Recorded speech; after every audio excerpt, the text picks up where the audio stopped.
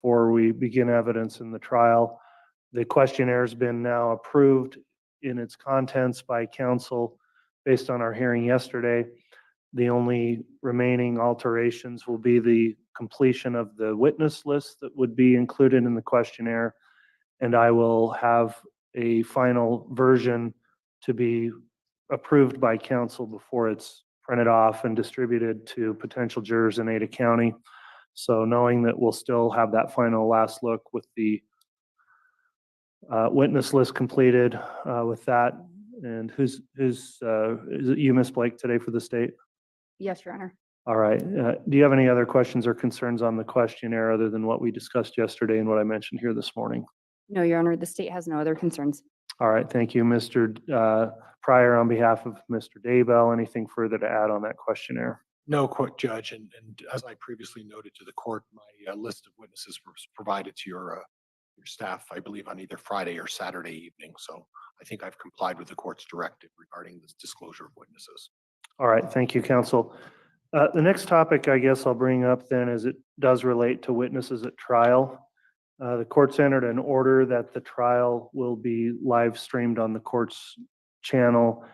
The concern that I have there and would need counsel to instruct carefully any witnesses, there will be an order for exclusion of witnesses, I presume, entered in this case, and that relates to witnesses not observing testimony before they testify.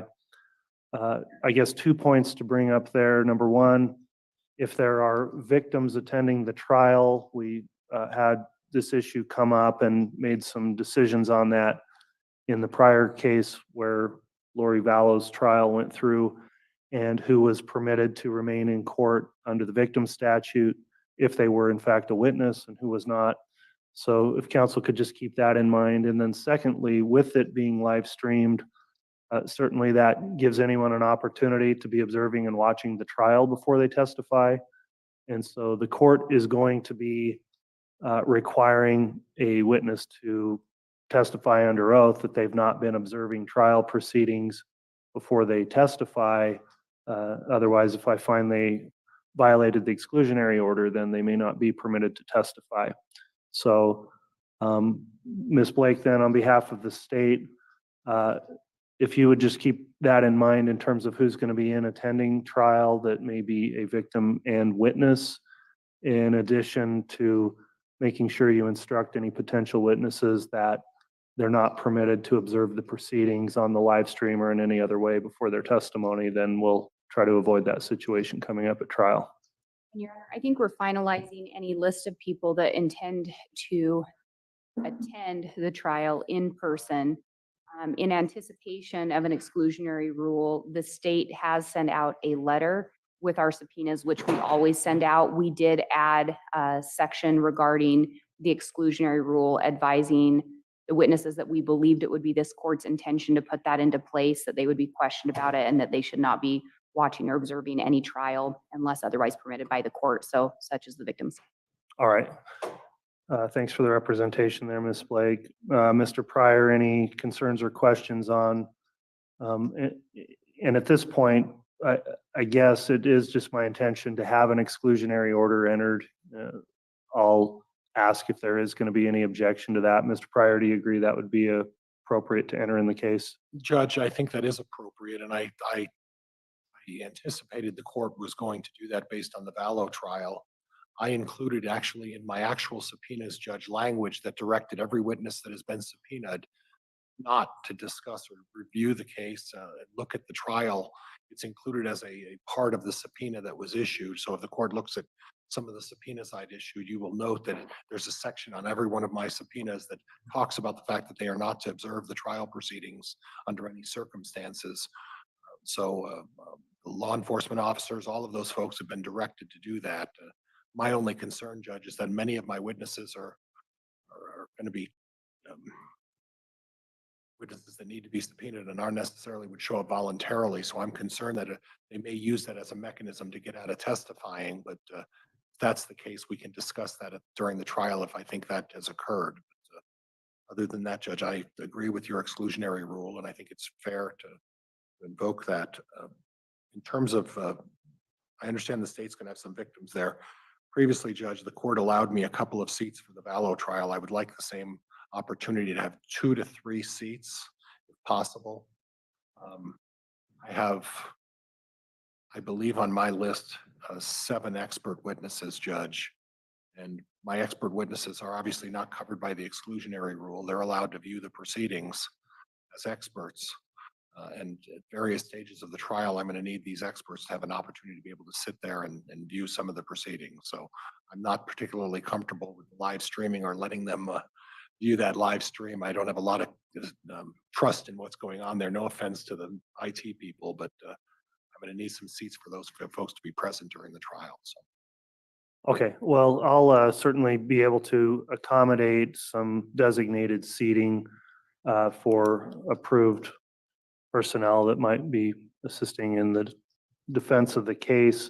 We can discuss that before, once we get started with jury selection process, we'll take a look at the courtroom and designate some particular seats, and that would apply also for the state to have some designated seating for certain individuals that are approved and not subject to the exclusionary rule. Ms. Blake, then just going back on that, does the state have any objection if the court just enters a written exclusionary order prior to commencing trial?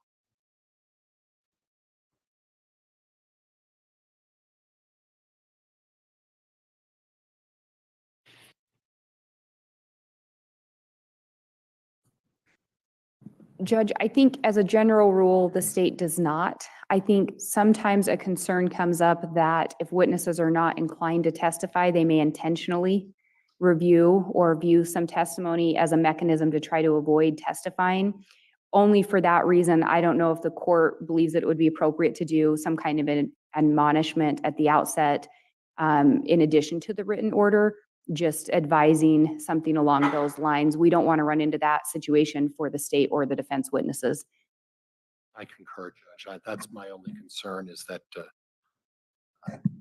state's aware of my witnesses, and some of those folks may try to do that. If that's the case, we're going to have an individual hearing. I hate to think that people would do that, but if that happens, the state, that they may have people who may try to do that as well for the defense. So exclusionary rule is fine, Judge, but maybe leave the opportunity to address individual witnesses if we find their behavior may not be entirely pure. Understood. And it's an interesting concern, but I think it can be resolved on a witness by witness basis if it comes up. The exclusion, of course, is discretionary. If the court finds there's a violation, it's not an automatic sanction or really even governed by any rules. So if I were to determine someone had tried to intentionally avoid testifying, they can still be compelled to testify, brought in under subpoena and required to testify. It would just be a question of whether or not that's influenced their testimony in any way, but certainly does not automatically preclude them being required to testify. And I would likely compel someone to testify if, in fact, I thought they were trying to use that as a shield against being required to testify. So hopefully that doesn't happen, but I would instruct counsel to, of course, advise anyone that you do intend to call, if you have an opportunity to talk to them, that that's probably a strategy that would not be effective if they thought it was going to be. All right, so what I'll likely do then is just, so I have it in the file and everyone's aware, we'll get an order issued sometime before trial starts that will provide for the exclusion of witnesses. The other matter I wanted to bring up before we went on to some more nuts and bolts of the trial proceedings, there was a motion that had been filed, not set for hearing or determined. The defense filed a motion on January 30 to extend time for expert disclosures. I did briefly address that yesterday. I understand, Mr. Pryor, that based on the state's response and further proceedings, you're withdrawing that motion and do not intend to get a ruling on that. Is that correct? It is correct, Judge. At this time, we're withdrawing that motion. It was more of a protective mechanism based on some information that the state disclosed to me some evidence. They did that within the time addressed by the court and permitted by the court. There was no issue. I was just, I had some concerns. Those have been alleviated in discussions with the state, so we're prepared to go forward. All right, then the court will not schedule any hearing or make a determination on that January 30th motion, and the court will deem it withdrawn at this time.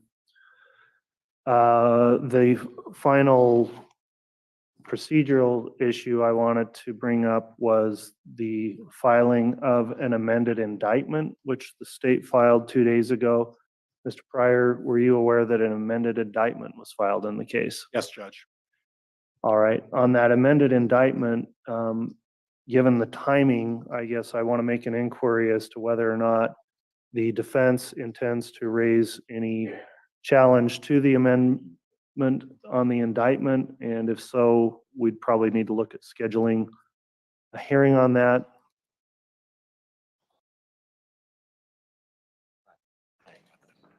I apologize, Your Honor. That's fine. So the court would note that amendments of indictments are allowed at this stage of the proceedings. So I guess I'm wondering if you intend any challenge to the amended indictment or whether or not there won't be a challenge. So just for scheduling purposes, if we need to have any hearing on that issue before trial. And Judge, I think if the court recalls, the state filed a motion to amend the indictment. What they didn't do is, and I was aware of this, I've had a number of discussions with the prosecutor. They just didn't get the amended indictment based on the court's ruling finalized. This is the final draft. I believe it's consistent with what the court ruled. So at this point, I won't be filing any objection to the amended indictment, nor will I be challenging it in any form at this point. Okay, thank you for that. I just wanted to make sure. So to be clear then, the court will be proceeding through trial with advising the jurors under charges as listed in the amended indictment filed on February 20th of 2024. And the court will note at this hearing that the defense raises no challenge to the amended indictment. And also, as you've stated, Mr. Pryor, there was previously a hearing and a ruling on that.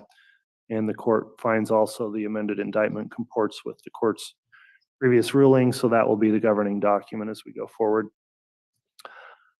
With that, then, I guess going towards trial itself, this would be the time if either side has any questions or concerns that we haven't addressed or that are appropriately addressed on the record here in terms of trial length or any of the policies the court will be employing at trial, beginning with the state, Ms. Blake. And I guess one thing I would ask, if you have any estimates on where you think things stand in terms of the trial length, I'd like any input on that. We've scheduled it through the end of May. What are your thoughts on that, Ms. Blake?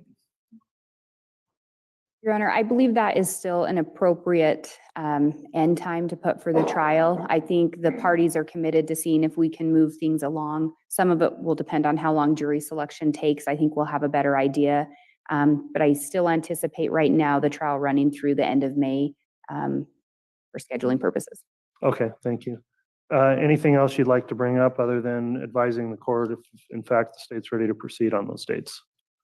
Just two things briefly, Your Honor, just regarding the amended indictment so that all parties are clear as well. The state had emailed out a copy. In that copy, we'd italicized some things to make it very easy for everyone to follow along what the state was requesting be modified. All we did was took that and unitalicized those and then filed it in once we realized that we'd failed to get it actually filed. So just so the record's clear on that as well, that's where that amended indictment came from. So all parties had a copy previously. Outside of that, the only other thing that I can think of right now for the state is we will have a few additional motions, specifically some motions in limine right now that we would intend to file. We're hoping to have those filed next week. I don't know if the court would want to set a hearing date now or if we want to set a hearing date once they're filed, but just so the court is aware, we will have a few additional motions being filed.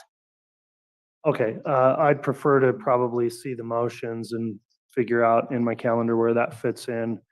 And then the other issue, I'm sure for Mr. Pryor's convenience is whether or not those would be required to be in person or remote hearings if they're going to take place between now and the start of trial.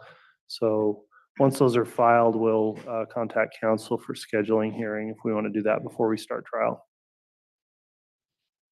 All right, from the defense then, Mr. Pryor, your thoughts on the time we've got set aside for this trial and any other issues you think need to be addressed today? Judge, I think it's an appropriate amount of time. My only concern is that the court's well aware I have a significant number of witnesses. There is going to be some overlap, and I've told the state some of those witnesses I'm just not going to call. It depends on how the case for the state proceeds. But one of my concerns is I have 7 experts. I'm preparing them to come in and paying for them with their plane and hotel and all of that stuff. And these are busy folks, and I've blocked out some time, and I've started that based on discussions with the state around the second week of May is what I'm anticipating, the 15th or so of May. My concern is that if the state's not done yet, that could delay things and cause this thing to go beyond the end of May. The other issue is that if the state's case ends early, I'm going to be scrambling to bring witnesses in to cover the time when the state finishes. So is that a concern of mine? It's a significant concern because these are not cheap experts. And if I have to fly them in a couple of times, and one of the things the state and I discussed is that when they call various witnesses and there's a lot of duplication, that we be given each some leeway in terms of our examination so that we don't have to recall a number of the police officers that are being subpoenaed at the present moment and that are subpoenaed so that we can maybe move this thing along a little more expeditiously. So I don't know if the state wants to discuss that now, but Judge, there is a lot of duplication. A great number of my witnesses are already witnesses that were called during the Vallow trial, and I anticipate them being called. And one of the concerns is I'm not going to release them from their subpoenas, but I don't know how the court would rule on maybe giving a more expansive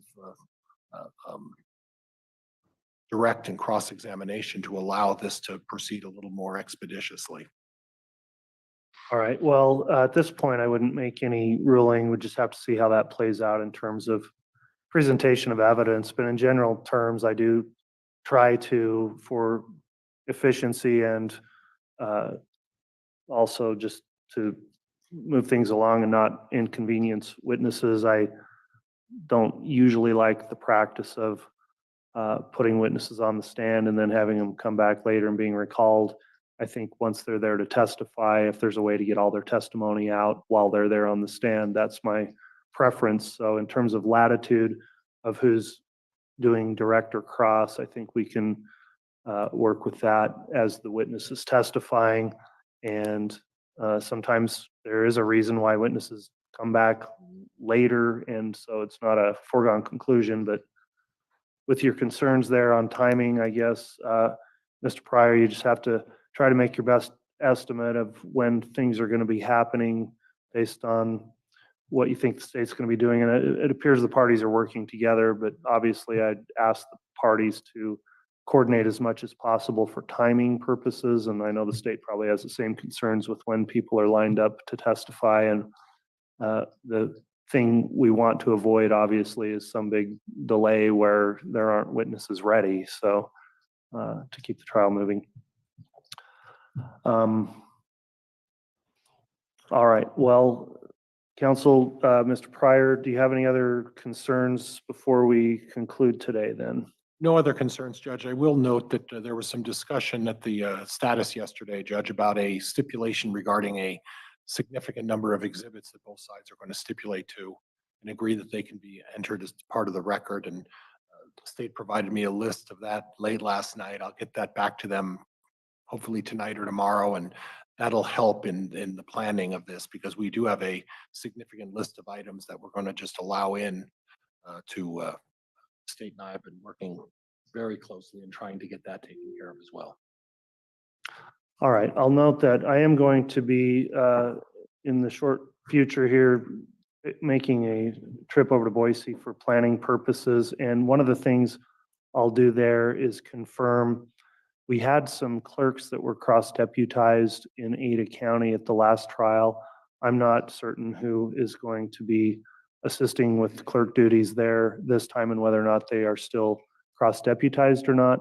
But the point of that would be if you have exhibits in lieu of bringing them over here and having them transported back to Ada County. If we have a cross-deputized clerk there that can take custody of those exhibits before trial, they could just go directly to the Ada County Courthouse. And Judge, could I have some time frame as to when you want that done? I would assume probably the latter part of March. Just probably really anytime before trial, or even as we're starting with the jury selection is going to take a while. So even during the jury selection time, I think we could work on getting exhibits in and submitted into the record. And I'm aware the court has an order that allows us to disclose all of our exhibits and our witnesses by the 10th of March. And I assume that I can do that by email to your clerk and counsel, and they can do the same. Is that correct, Judge? Yeah, that will be an acceptable way to comply with that part of the scheduling order. All right, Ms. Blake, then anything further from the state this morning? No, Your Honor. All right, Sorry.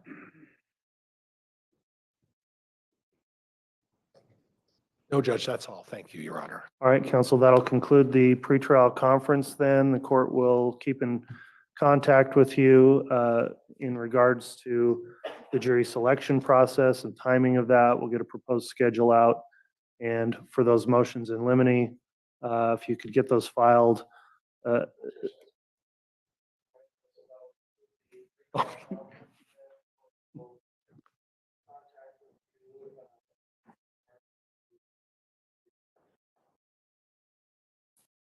All right, we're going to go ahead and call it a day then on this pretrial conference. Thanks for your attendance, everyone, and we'll be in recess. Thank you, Your Honor. All right.